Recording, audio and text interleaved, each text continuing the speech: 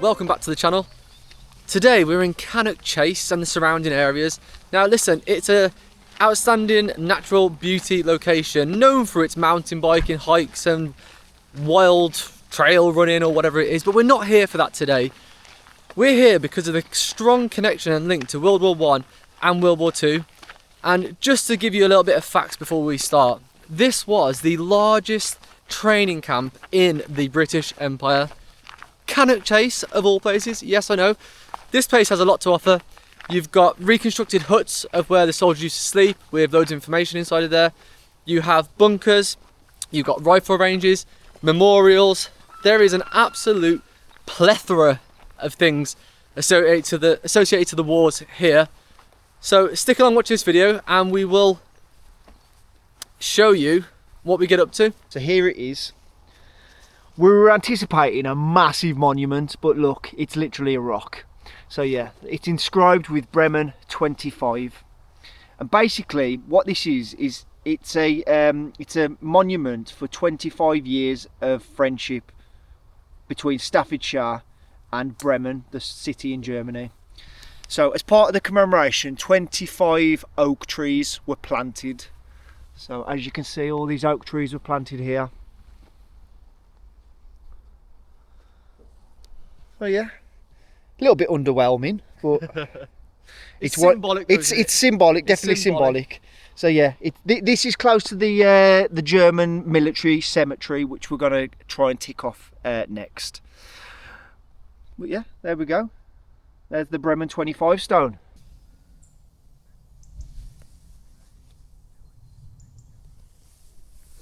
So, just behind me is the German military cemetery. Now, why is it placed in the middle of this woods? We're in the middle of Cannock Chase. After doing some research, so from 1917 we had prisoners of war, obviously the German soldiers, kept on these grounds because it was a training camp. Obviously some of those died, natural illnesses, accidents, etc. And they were buried here.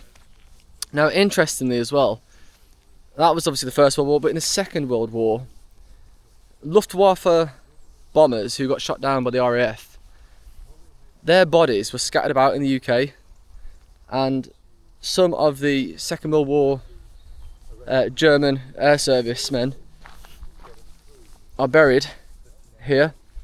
Now it's closed at the minute, so we'll see if we can go around the other side and get in to have a bit of a look and a bit deeper dive. But that is pretty fascinating, how we've just got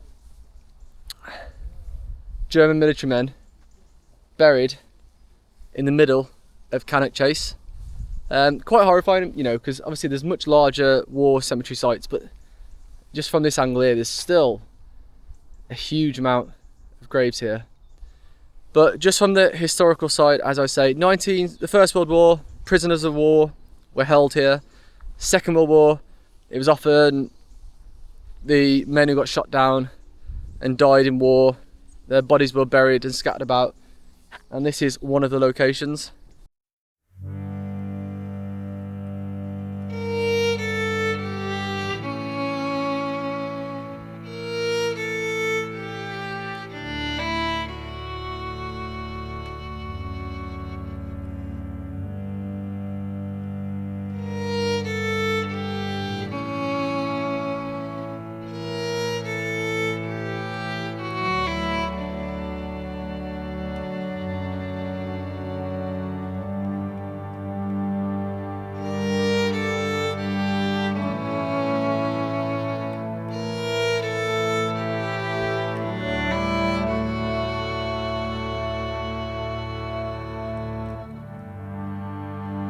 What was the involvement of Cannock Chase and the surrounding areas for World War I and World War II?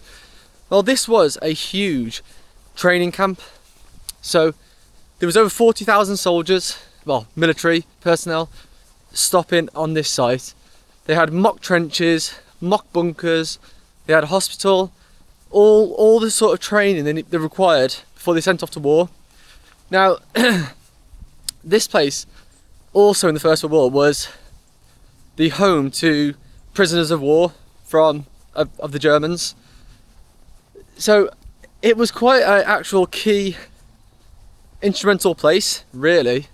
And as you're walking around here, just in the woods, you can't really picture it. It just feels quite insane to think that that was the role of this place. Anyway, I've done some research, and apparently it was up to 500,000 people were trained here, including the New Zealand Rifles. So I think it played a bit more of a significant role than you are led to believe walking around so far. Fascinating.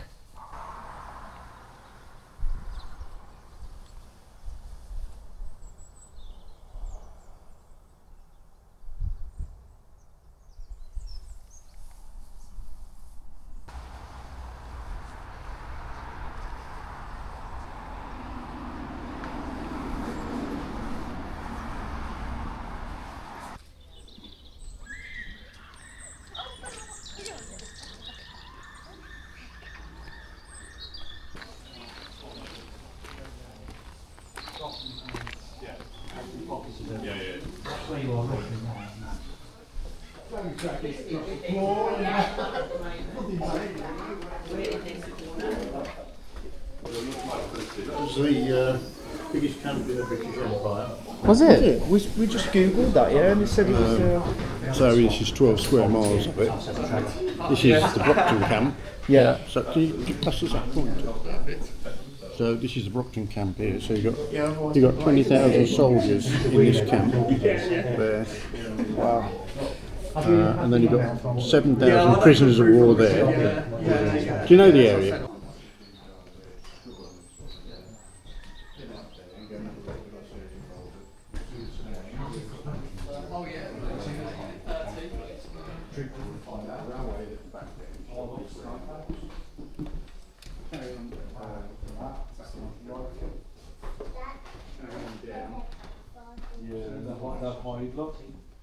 Hide in the bushes, wouldn't they? Yeah, out and winter gloves. There you go. The documents. Interesting, isn't it? Brilliant. Yeah. Are you into football? No, not at all.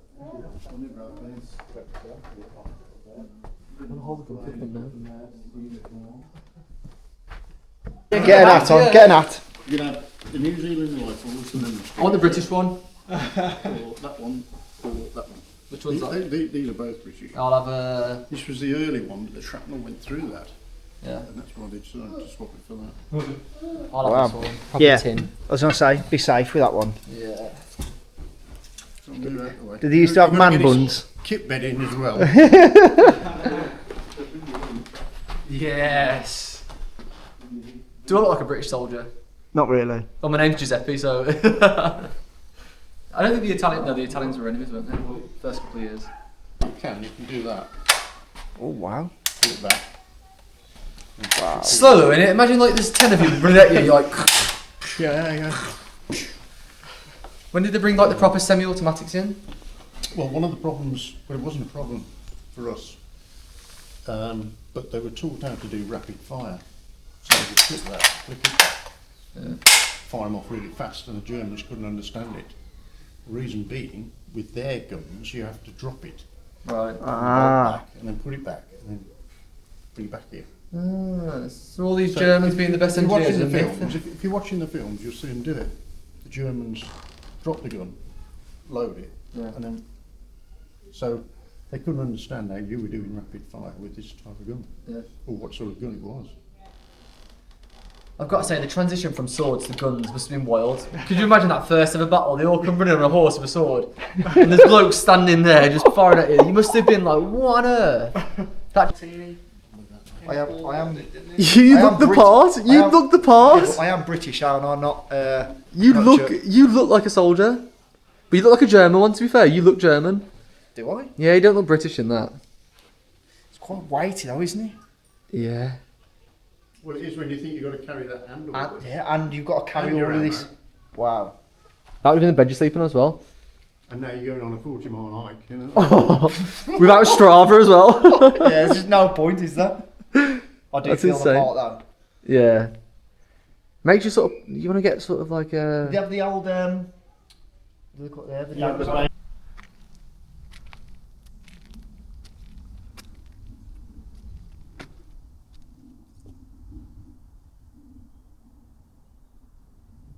We are at the Katyn Memorial, which is for the Polish people and the Polish prisoners. So this memorial is specific to the Katyn Forest massacre, which was ordered by Stalin, and research suggests that this was done to get rid of the Polish elite. And yeah, so they massacred families, fathers, sons, etc. 25,000. It's quite an absolutely savage bit of history, but it's a fascinating memorial. Just to get a bit of a close up, absolutely fascinating. Like I say, it's just another one of these tragedies in the Second World War, and obviously, you know, when you look at the holistic view of the Second World War, there's so many famous battles, but I think ones like this, particularly, I'd not heard of until being here, are almost not spoken about, especially sort of what we know of history, if you're not a massive deeper diver into it. So yeah, it's a fascinating memorial. So on our conquest to find more World War historical facts, memorials and interesting points of location, there is a bunker somewhere in Cannock Chase. There is a bunker, but we are struggling to find any details on it or where to find it. I mean, very silly. For the last hour we've been running through the woods just on hope we could find it. But if anyone's watched this video who knows where the bunker is, please send us the pin or coordinates or whatever, we'll find it. But I don't think it's like a publicly well-known place. I think it is just hidden somewhere in this large vast area. Damn. Maybe we'll do a video of searching for the bunker and we'll camp and we'll stay out until we find it. So, we are currently on the hunt for the rifle range, but I think we took a wrong turn. Yeah, we're having to reverse So, all the way back. We're having to reverse all the way back. So we're going to give up on the rifle range and go and find the grave of Freda. So stay tuned to see if we actually make it. Right, let's see if I can reverse all the way out. Okay, There's a Ministry of Defence place behind us. Ministry of Defence is right behind us. This doesn't look seedy, does it? I think we're going to get locked up in a minute. Oh god. Look at that tree behind me. Oh my god. I haven't got the best driving There's skills. no way to turn around. If you watched our karting video, I can't drive. Oh my. Come on. on. I'm going to hit this tree. Look, So look, this... look. Oh, it's going to hit the tree in a minute. Good job it's not a brand new car. Oh. Stay tuned, this will be a 4-hour video.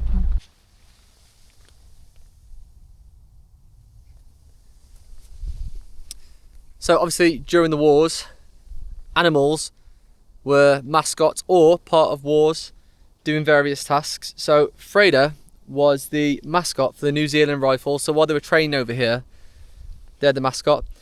Now some people believe that it was a Dalmatian. No, it was very clearly a Great Dane, apparently standing over 3 feet tall. Anyway, Freda died in 1918 during the Spanish flu, and there's a memorial in the heart of Cannock Chase, just off the path. And as you can see here, there's a wreath from the New Zealand government. Freda was the sort of boost, motivational and warming boost that was needed. So obviously, as you can imagine, New Zealand's a very, very long way from little old Cannock and Rugeley. But Freda was the warming spirit for all the New Zealand riflers, and she kept spirits up, and apparently extremely dearly loved Great Dane. I mean, it's crazy how they trained a dog to hold a rifle. I mean, Oh my god. how the hell did they do that? But Freda is a friend of Cannock. Never forget that. Big up Freda. R.I.P. Freda, keeping all the New Zealand rifles happy and warm feeling during their homesick. The area of natural beauty. We've seen BAMBI. BAMBI! Come here! How do you call a deer over here? See, What do you call a deer with no eyes? no idea. Lunch. They're quite tame, aren't they? Yeah, I mean, BAMBI! You want a sandwich? Look at this. Beautiful. It's like the kangaroos of the UK, innit? Yeah. I mean, there's 3 of them there. It's because we've got no predators anymore. Bring back the predators. Well, there's one sitting there in the driver's seat. Oh my god.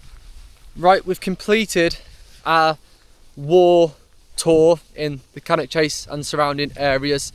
Now, what I'm going to say is we've scratched the surface so far. I think you could definitely come back here and spend hours. I mean, you could camp and come back and do multi-day trips. There's a couple of things we missed off, which was the Rifle ranges, wasn't it? the rifle ranges, which we were told that it's not even that hard to still find shells from the training period across the rifle ranges land. They have mock trenches as well to learn trench warfare that we need to find as well, which we'll probably come back and do on a separate video. I mean, we've been out here for how many hours now? About 3 hours, 3 or 4 hours. Yep. And like Pep said, we've barely scratched the surface with the parts that we've seen. But we have tried to tick off the main bits. We are planning on coming back and doing a camp, and we'll probably explore more. We'll probably do it at night time. Yeah, 100%. See how Pep copes. So what I would say about this place, truly, it's not all close together. There is a lot of walking, travelling about. But what is fascinating to me is being to Cannock Chase multiple times, and I kid you not, I had zero idea about the involvement they had during the war. I mean, how many people watching this knew that this is one of the well, according to the volunteer, the largest training camp for British soldiers in the British Empire? Who knew that in the heart of West Midlands, near Rugeley, we had 7,000 German prisoners of war? Crazy. One of the largest German memorial graves as well. 5,000 servicemen buried. It truly is fascinating if you are into history and war. And like I say, we've just about scratched the surface of it. Anyway, hope you've enjoyed watching, and hopefully we've just shared a bit of an insight to what else is here in Cannock Chase and how enriched it is with World War I, World War II history. I've learnt a lot today. Hope you've learnt a little bit. Joe, do the outro as always. Yeah, Mr. Gimp here again. Like we always say, thank you to our loyal subscribers, commenters. Really do appreciate reading the comments. But if there is anything that you want to see us do or tick off next, put it in the comments. Me and Pep are stupid enough to do it, and plus we haven't got a social life, so we'll do it for you. Appreciate it all. Thanks for watching, and we'll catch you at the next one. Bye bye.